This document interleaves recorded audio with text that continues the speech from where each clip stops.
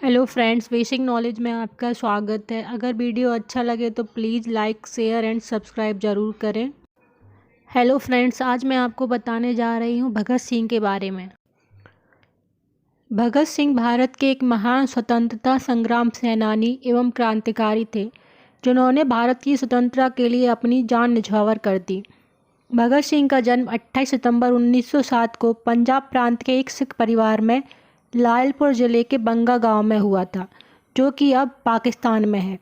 भगत सिंह के पिता का नाम सरदार किशन सिंह था, जो कि गदर पार्टी के सदस्य थे। भगत सिंह की माता का नाम विद्यावती कौर था। इनके दादाजी का नाम अजीत सिंह तथा दादी का नाम जय कौर था। इनके पिता किशन सिंह और चाचा अजीत सिंह भी स्वतंत्रता संग्राम सेनानी थे। यही कारण है कि भगत सिंह भी स्वतंत्रता सेनानी बनने की ओर आकर्षित हुए। जब भगत सिंह का जन्म हुआ था, तब इनके पिता एवं चाचा जेल से रिहा होकर आए थे। भगत सिंह की दादी जय कौर ने इनका नाम भांगावाला अर्थात अच्छे भाग्य वाला रखा था। बाद में इनको भगत सिंह कहा जाने लगा था। भगत सिंह की प्रारंभिक शिक्षा बंगा गांव के ही प्राइमरी स्कूल में हुई थी। इसके बाद इनके पिता ने इनका दाखिला लाहौर के डीएवी स्कूल में करवा दिया। डीएवी स्कूल में पढ़ाई के दौरान ही भगत सिंह लाला लाजपत राय और रास बिहारी बोस जैसे राष्ट्रवादियों के संपर्क में आए। 13 अप्रैल 1919 को जब अमृतसर में जलियांवाला बाग हत्याकांड हुआ, तब भगत सिंह मात्र 12 वर्ष के थे। इसकी सूचना मिलते ही वे अपने स्कूल से 12 मील पैदल चलकर जलियांवाला बाग पहुंच गए और उस जगह से मिट्टी इकट्ठा कर इसे पूरी जिंदगी एक निशानी के रूप में रखा। मगर इस घटना ने भगत सिंह की सोच पर गहरा प्रभाव डाला तथा वे बहुत आहत हुए।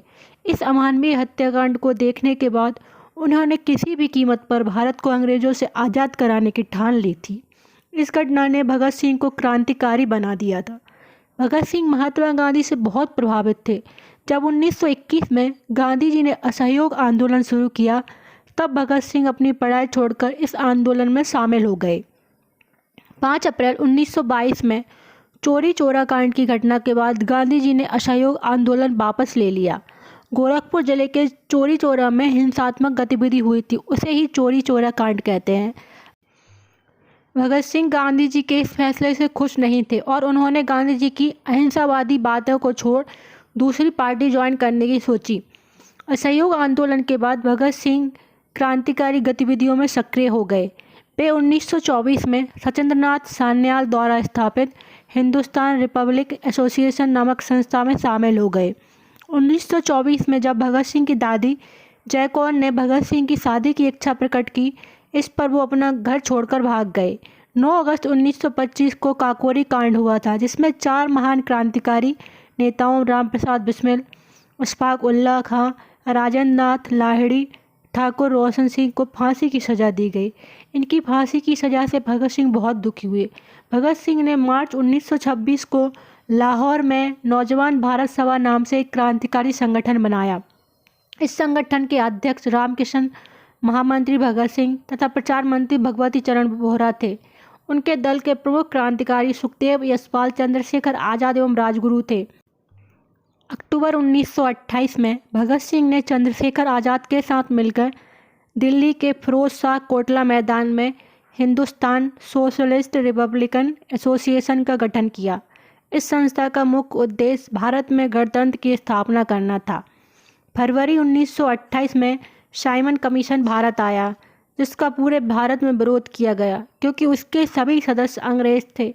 इस कमीशन के अध्यक्ष सर जॉन साइमन थे। भारतीयों ने इसके विरोध में साइमन वापस जाओ का नारा लगाया। साइमन कमीशन के विरोध में 30 अक्टूबर 1928 को लाला लाजपत राय के ऊपर लाठियां बरसाई गईं, जिसके कारण वे बुरी तरह घायल हो गए और 17 नवंबर 1928 को उनकी मृत्यु हो गई। लाला लाजपत राय पर हमला करने का आदेश लाहौर के पुलिस अधीक्षक स्कॉट ने सहायक सैंडर्स को दिया, जिसके प्रहारों से लाला लाजपत राय की मौत हो गई। भगत सिंह ने बदला लेने के लिए स्कॉट को मारने का संकल्प लिया। 17 दिसंबर 1928 को भगत सिंह, जयगोपाल, चंद्रशेखर और राजगुरु ने मिलकर गलती से स्कॉट की जगह सैंडर्स को मार दिया। बिल एवं ट्रेड डिस्प्यूट बिल को पास करने के विरोध में भगत सिंह ने 8 अप्रैल 1929 को दिल्ली की केंद्रीय विधानसभा में बटुकेश्वर दत्त के साथ बम फेंका। इस बम कांड का उद्देश्य किसी को नुकसान पहुंचाना नहीं था, भगत सिंह और बटुकेश्वर दत्त भागे नहीं बल्कि खुद को गिरफ्तार कराया तथा केंद्रीय असेंबली में इंकलाब जिंदाबाद व साम्राज्यवाद मुर्दाबाद का नारा लगाया। भगत सिंह को 26 अगस्त 1930 को अदालत ने भारतीय दंड संहिता की धारा 129, 302 और विस्फोटक पदार्थ अधिनियम की धारा 4 और 6F तथा IPS की धारा 120 के अंतर्गत अपराधी सिद्ध किया। 7 अक्टूबर 1930 को अदालत ने निर्णय दिया जिसमें भगत सिंह, राजगुरु और सुखदेव को फांसी की सज़ा सुनाई गई। यह फांसी 24 मार्च 1931 को होनी थी। ब्रिटिश सरकार ने जनता के विरोध को देखते हुए 24 मार्च जो फांसी का दिन था उससे 12 घंटे पहले यानी 23 मार्च का दिन कर दिया। इसका पता भगत सिंह को भी नहीं था। भगत सिंह तथा उनके दो साथियों राजगुरु और सुखदेव को 23 मार्च 1931 को शाम 7:33 पर लाहौर सेंट्रल जेल में फांसी दे दी गई। कहते हैं भगत सिंह, सुखदेव और राजगुरु ने मरने से पहले हाथ पकड़कर आज़ादी का गीत मेरा रंग दे बसंती चोला गाया था और साथ ही इंकलाब जिंदाबाद और हिंदुस्तान आज़ाद हो का नारा दिया था।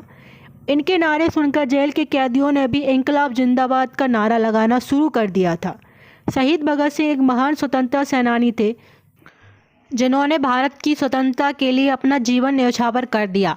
भारत में प्रत्येक वर्ष 23 मार्च को शहीद दिवस भगत सिंह, राजगुरु और सुखदेव के योगदान को याद किया जाता है और 21 जून को पूरे भारत देश में भगत सिंह दिवस मनाया जाता है।